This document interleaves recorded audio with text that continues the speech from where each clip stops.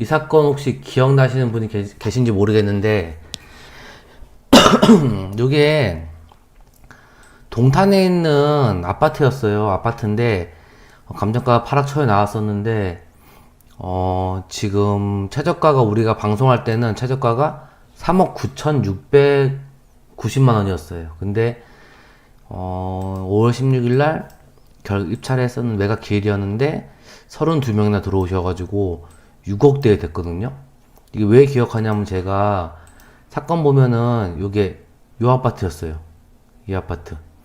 동탄이니까 좀 신도시니까 깔끔한 아파트잖아요. 깔끔한 아파트인데 여기였는데 이게 도면을 보면은 방 4개짜리에 도면 보이세요? 도면을 보시면 모드님 안녕하세요. 네, 아기아기님 요게 엄청 높게 됐어요. 높게 됐는데 왜 그런지 한번 보려고 해요. 이 기억하는 이유가 방 4개짜리에 거실, 주방 있고 여기 계단이 있어. 계단이 있어가지고 이렇게 복층 다락이 있는 거였어요. 다락이 있고 그래서 다락 때문에 제가 그 방송할 때도 약간 굉장히 뭐 선호도가 높은 그런 아파트 같다고 말씀드렸었거든요. 여기 모두님 들어오신 분은 우리 신 팀장님, 우리 MPL 전문가시죠. 들어가셨고, 이 아파트였는데, 다시 한번, 예, 맞아요. 다락 보니까 좀 기억나시죠? 다시 한번 우리 시세를 한번 볼게요. 시세를 보면은, 과연 이게 적정한 낙찰가인가? 보면은, 요거죠? 여기였죠? 위치가, 요렇게. 위치가 그때 봤던 게, 요것도 봤었는데, 다울 지도로 보면은, 이렇게 신도시니까 번쩍번쩍하게 나오잖아요. 여기였고, 이쪽이 1동탄이고, 여기가 2동탄이잖아요. 2동탄이고, 동탄역이 여기 있고, 이쪽에 있고, 그러면 한번 우리 시세를 봅시다. 단지 정보 가보면은, 이게 지금 면적이 84.99제곱이었어요. 전용 면적이죠. 84.99면은 얘 84.99, 얘는 84.97, 얘예요, 얘. 딱 보면 33평형. 얘고, 아까 봤듯이 방 4개에, 화장실 2개, 여기 주방 거실 있고, 현관 들어오고, 드레스룸이랑, 여기 화장실도 잘 되어 있고요. 근데 여기에서 계단이 있어가지고, 우리 사건은 복층이었죠. 복층을 선호하시는 분이 굉장히 많거든요. 제 주위에도. 저도 사실 선호하고, 요런 건데, 실거래가를 보면은 6억이 돼요. 5억에서 6억 사이. 그런데 지금 낙찰가는 6억 1,500이잖아요. 잘못 산 거 아니냐, 이런 생각이 들 수도 있는데, 과연 맞는지 한번 우리 매매 나와 있는 거, 복층이 나와 있으면은 현재 호가가 좀 나올 텐데, 그러니까 기준층보다는 사실 비싸긴 비쌀 거예요, 이게. 그래서 한번 볼게요. 아까 슬쩍 봤었는데, 15층 나온 게 있었는데, 여기 있다. 15층. 6억 2천에 나와 있잖아요. 6억 2천. 탑층, 다락방 1825동이어가지고 여기는, 우리는 1826동. 옆동이죠. 옆동인데, 전용 면적이 작아요. 조금 작아요. 혜인이 아빠님, 안녕하세요. 또리님, 안녕하세요. 반갑습니다. 낙찰가 리뷰하고 있어요, 오늘. 오늘은 요렇게 낙찰가 리뷰 수시 방송입니다. 수시 방송이어서 낙찰가 리뷰를 하고 있고, 우리가 지난번에 봤던 한 2, 3주 전에 봤던 3주 전쯤에 봤던 동탄의 복층 아파트예요. 그래서 여기 면적이 작은데 6억 2천에 호가가 나와 있어요. 근데 우리 면적이 좀 크니까 여기 만약에 호가가 맞다 그러면은 좀 더 크다 그러면 한 6억 한 5천에서 7억 사이로도 볼 수가 있는데, 그렇게 생각하시고 입찰을 했을 수도 있어요. 했을 수도 있고, 근데 차순위 분부랑 차이가 좀 많이 나죠. 만약에 이게 복층이라서 좋게 봐줘가지고 한 7억 정도 된다. 그럼 잠깐 볼까요, 표를? 7억. 알로하님 안녕하세요. 반갑습니다. 우리가 맨날 보던 표를 봐서 요거는 일단 날리고, 양도가가 만약에 뭐 한 7억이 된다 라고 가정을 하고, 감정가는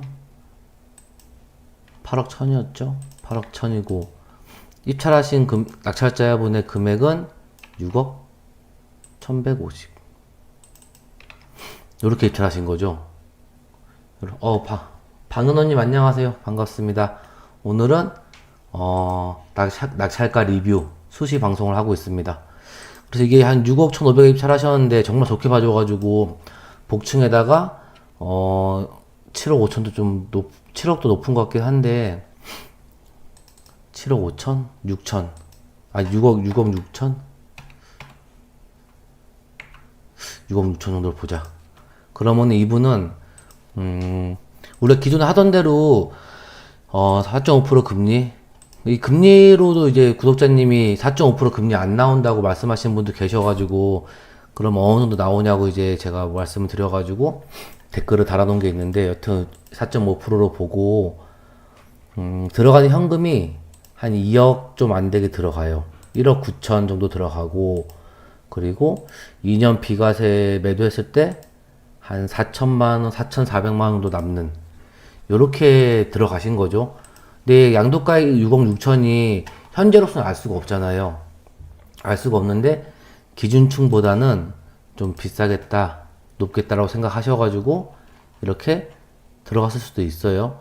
근데 기준층이 아닌 그냥 일반층을 봤을 때, 기준층인 복층이 아닌 일반층을 봤을 때 뭐 6억 1천, 6억 7천 이렇게 호가는 나와 있지만은 뭐 실거래가가 뭐 높지가 않죠. 실거래가 높지 않아 가지고 이게 과연 이분이 잘 받은 건가?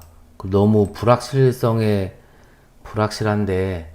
받으신 것 같아 가지고 좀 아쉽긴 한데, 혹시 이 동네 임장 가보신 분이 계실지 모르겠네요. 우리 구독자분들 중에서. 근데 기준층이 일반층이 한 6억에서 5억 사이, 5억에서 6억 사이고, 그리고 그 기준층 가격으로 복층을 사신 거라고 뭐 볼 수도 있는데 조금 애매하죠. 이렇게 볼 수도 있고, 한편으로는 이렇게 낙찰자분을 봤을 때. 그리고 한 번 더 내려가 보면은 여기 채권자가 이때 기억하실지 모르겠지만 경매 신청 채권자가 이분이죠. 이분 채권자. 이 경매의 주인공은 이 채권자잖아요. 사실 채권자가 돈 받으려고 한 거예요. 근데 경매 신청 채권자가 첫 번째 선순위 은행이 아니었고 후순위 채권자였어요.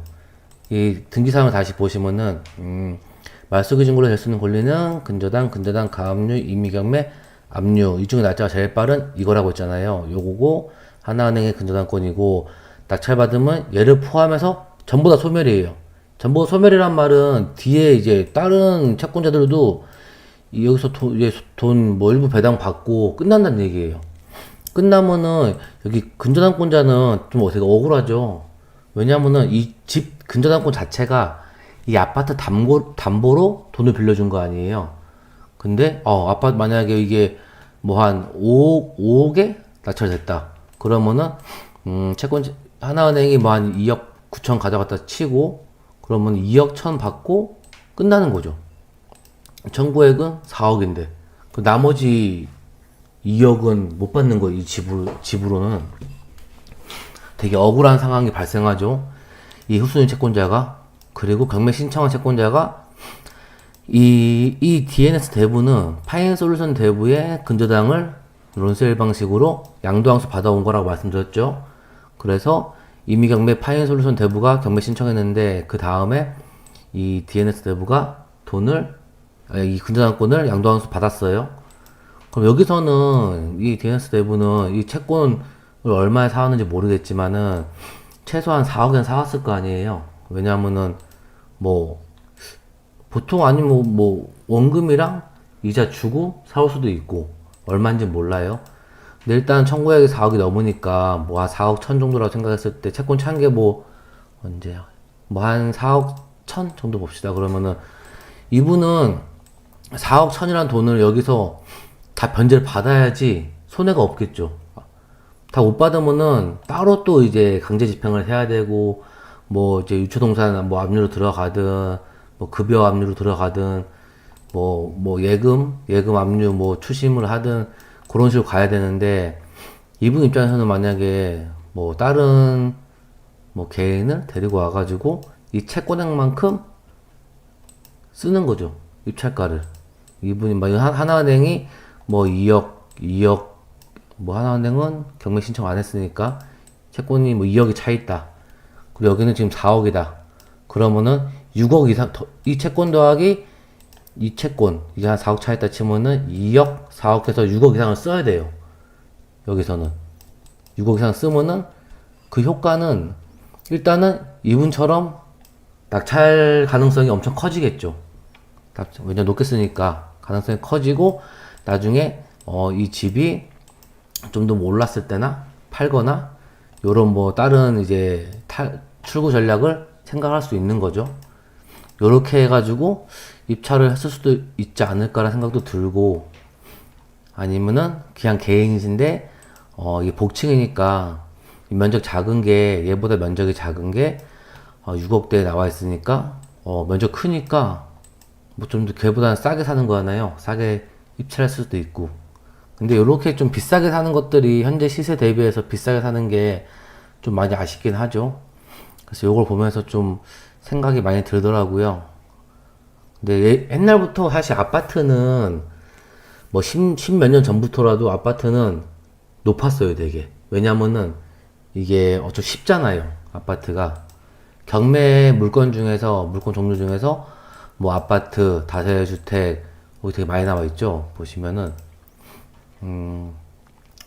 아파트, 다세대주택, 주택, 뭐 상가주택, 다가구주택, 그 다음에 상가, 구분상가, 뭐 상가, 건물, 오피스텔, 뭐 창고, 의료시설, 공장, 아파트형 공장, 지산이죠, 지산. 그리고 공장, 숙박시설, 호텔, 모텔 이런 거, 사우나 시설, 의료시설, 뭐 종교시설.